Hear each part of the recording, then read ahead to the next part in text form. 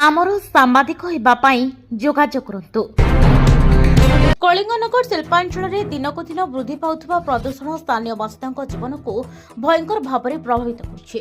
ଶିଳ୍ପ କାରଖାନାରୁ ନିଷ୍କାସିତ ବିଷାକ୍ତ ବର୍ଜ୍ୟବସ୍ତୁକୁ ରାସ୍ତା କଡ଼ ଓ ସରକାରୀ ଜମିରେ ଅବୈଧ ଭାବରେ ଠୁଳ କରି ଉଚ୍ଚ ଦରରେ ବିକ୍ରି କରାଯାଉଥିବା ଅଭିଯୋଗ ଆସିଛି। ପଙ୍କପାଳ ବଙ୍ଗଳା ଛକ ନିକଟସ୍ଥ ଜେସିଡିଏଲ୍ କାର୍ଯ୍ୟାଳୟ ପଛପଟ ପଡ଼ିଆରେ ପ୍ରତିଦିନ ଶହ ଶହଟି ବିଷାକ୍ତ ପାଉଶ ଖାଲି କରାଯାଇ ପୁନର୍ବାର ବଡ଼ ଗାଡ଼ିରେ ଜିଲ୍ଲା ଓ ରାଜ୍ୟ ବାହାରକୁ ପଠାଯାଉଛି। ଏ ସମସ୍ତ କାର୍ଯ୍ୟ ବିନା କୌଣସି ସରକାରୀ ଅନୁମତି ପତ୍ରରେ ହେଉଥିବାରୁ ପ୍ରଶାସନର ଭୂମିକା ଉପରେ ପ୍ରଶ୍ନ ଉଠିଛି। ବିଷାକ୍ତ ଧୂଳି ଧୂଆଁ ଯୋଗୁଁ ଆଖପାଖ ଅଞ୍ଚଳରେ ବାୟୁ ଓ ଜଳ ପ୍ରଦୂଷଣ ଚରମସୀମାକୁ ପହଞ୍ଚିଛି।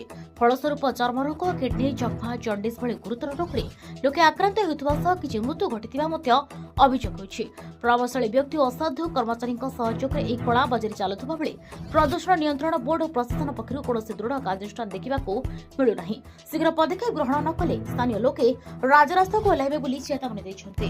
କଳିଙ୍ଗନଗରରୁ ମନୋଜ କୁମାର ଜେନାଙ୍କ ରିପୋର୍ଟ, ପଲିଟିକାଲ ଖଟି, ଓଡ଼ିଶା।